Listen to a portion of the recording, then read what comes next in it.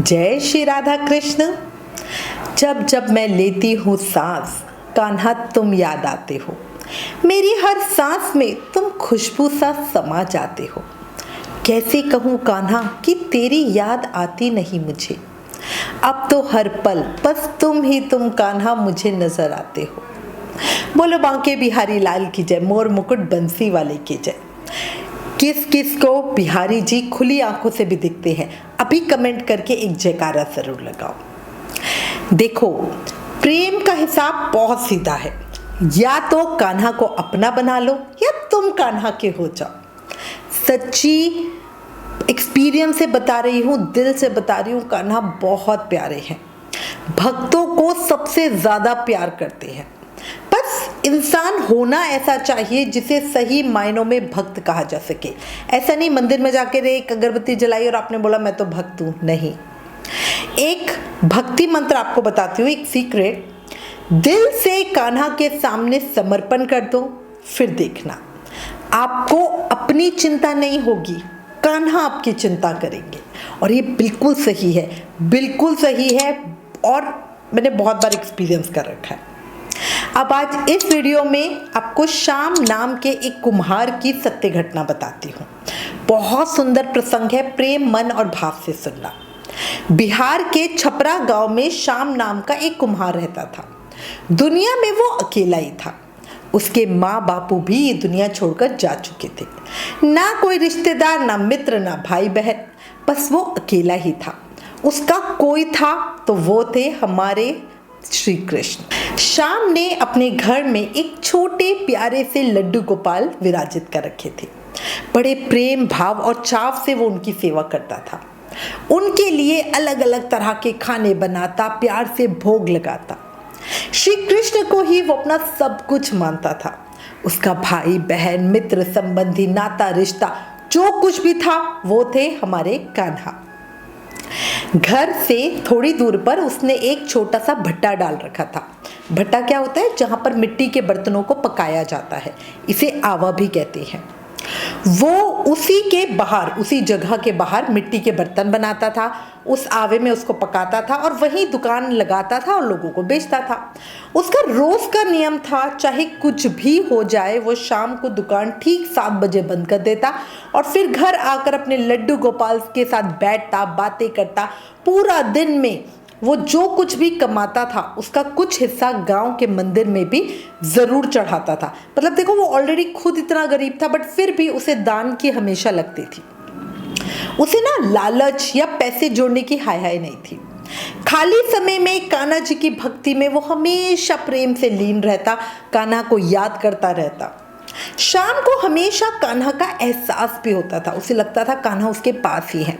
अब ये सच था या वहम, ये तो देखो शाम ही जाने या हमारे कान्हा जाने। बर्तन बनाते हुए वो हमेशा राधे कृष्ण राधे कृष्ण राधे कृष्ण राधे कृष्ण राधे कृष्ण बस यही बोलता रहता था।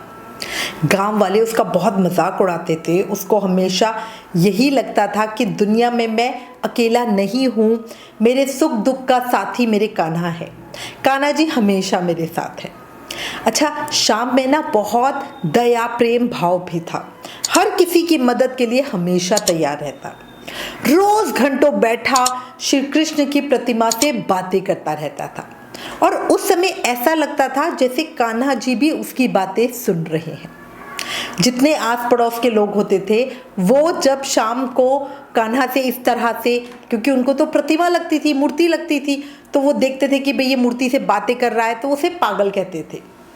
पर देखो, लोग चाहे कुछ भी कहे, शाम को तो यही पता था कि भाई कान्हा मेरे साथ है, वो मुझे उत्तर दे या ना दे, पर मेरी हर एक बात को अच्छे से सुन रहे हैं।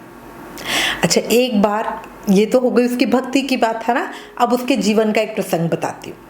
एक बार शाम की जिंदगी में एक बड़ा तूफान आया। उसके भट्टे में आग लग गई जो उसने आवा बनाया था, और कुछ ऐसी विडंबना हुई कि वो उस भट्टे के अंदर ही फंस गया। शाम ने बाहर निकलने की बहुत कोशिश की, पर आग बहुत ज्यादा तुरंत ही फैल गई थी और वो बाहर नहीं निकल पा रहा था। उसे लग रहा था कि बस अब यही उसके जीवन का अंतिम समय है। वो मन ही मन अपने कान्हा को, अपने कृष्ण को, अपने लड्डू गोपाल को याद कर रहा था। उसे अपने से ज्यादा लड्डू गोपाल की चिंता थी। वो मन ही मन राधा रानी को, गौ माता को बोल रहा था कि राधे प्यारी, मेरे गोपाल जी घर पर अकेले हैं, अब मैं तो ना बचने वाला, पर तुम्हारी अब ये जिम्मेदारी है कि तुम उनका ध्यान रखोगी। और राधे देखो, कान्हा ने खाना नहीं खाया, बहुत छोटे हैं, तुम उनको भोजन पवा देना। मतलब सोचो, भाव देखो, खुद आग में फंसा है, जान के लाले पड़े हैं, पर अभी भी चिंता गोपाल जी की ही है। आग की भयानक लपटें चारों ओर फैली हुई थी। वो एक कंबल लपेटकर बैठा हुआ था। तभी उसे ऐसा महसूस हुआ कि कोई उस भाटे में अंदर आया है। वो देख पाता उससे पहले ही किसी ने उसे गोद में उठा लिया। देखते ही देखते वो जलती हुई दुकान से बाहर आ गया। शाम को जब एकदम गर्मी से राहत सी मिली तो उसने अपने ऊपर से कंबल हटाया। चारों तरफ गांव वाले खड़े हुए थे, उनका शोर था, सब पानी डालने में लगे थे। उसने सबसे पूछा कि मुझे बाहर निकालकर कौन लाया, पर किसी को भी नहीं पता था। मतलब सोचो, किसी को भी नहीं पता था, जबकि वहां पे इतनी भीड़ थी। ऐसे कैसे हो सकता है, एक जलती हुई दुकान से कोई बाहर आए और वो लोगों को दिखे ही ना? क्या ये संभव है? पता नहीं। शाम बहुत हैरान था, परेशान था। उसने बहुत खोजने की, हर एक जने से पूछने की कोशिश की, पर उसको कुछ भी नहीं पता चला। अब वो क्या ही कर सकता था। वो उठा, उसे जरा सी भी चोट नहीं लगी थी। वो बार बार यही सोच रहा था कि वो कौन होगा जो उसे इतनी भयानक आग में अंदर लेने गया और उसे एकदम फूल की तरह, क्योंकि भाई इतना जवान लड़का था, भारी तो होता ही है, पर उसे गोद में ऐसे उठा लिया तो मतलब कितना ही ताकतवर वो बंदा होगा। और बस वो सोचे जा रहा था, उसके दिमाग में ये सब चीजें घूमे जा रही थी, पर खैर वो कुछ कर तो सकता नहीं था। सब गांव वालों की मदद से उसने आग बुझाई।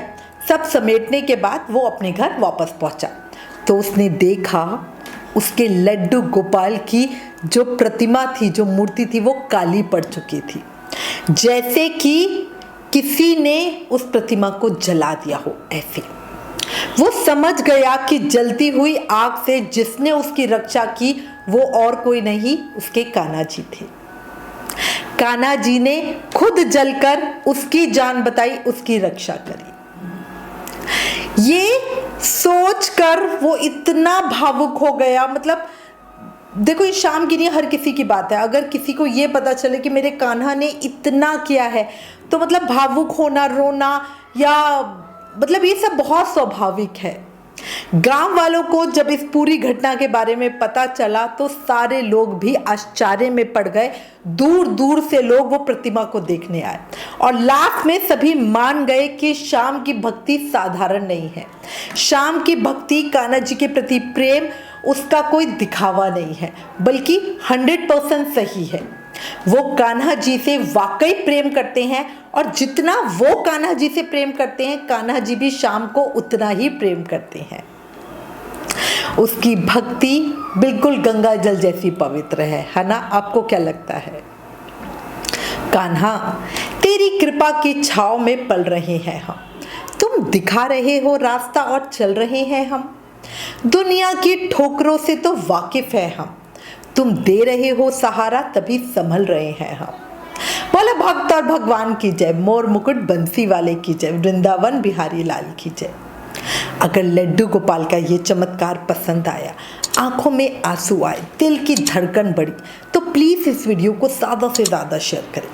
Please like, share and subscribe. Thank you. जय श्री राधा कृष्ण।